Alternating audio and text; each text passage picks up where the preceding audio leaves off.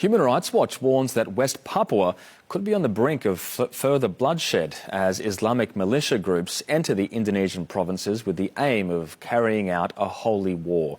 It follows riots a fortnight ago which killed 33 people and left thousands displaced. Some fear it could turn into widespread ethnic cleansing. In central Java, a jihadist call to arms. Similar rallies have been witnessed in other parts of Indonesia. This man says, "We are asking for the security forces' weapons. We will depart noisily. God is great." An Islamist movement calling on Muslims to carry out jihad, or a holy war, in West Papua. To, if you like, avenge the deaths of non-Melanesian West Papuans in recent weeks, and that's what they've said publicly. The role of these civilian militias is now formally sanctioned by the Indonesian government. What we've seen recently is the passage of legislation in Jakarta, which has now formalised this relationship so that the militias are now recognised as keepers of public security.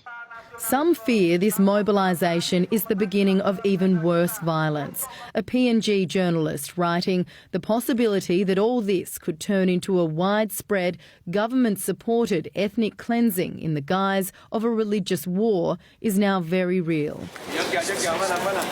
Dozens of displaced Indonesians arrived in Surabaya overnight, having escaped Papua's central highlands. The mass exodus follows deadly riots in the town of Wamena a fortnight ago. Today, Human Rights Watch calling for an independent investigation into the violence which saw 33 killed and more than 8,000 people displaced. Their families and the public deserve to know what happened to them. Who killed them?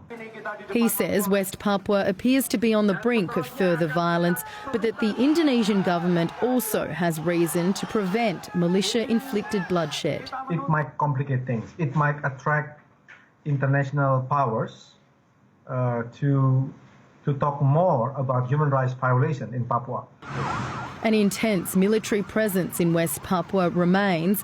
Local media reports that the military chief and several ministers were scheduled to visit Wamena today to discuss the restoration of security and stability. Virginia Langeberg, SBS World News.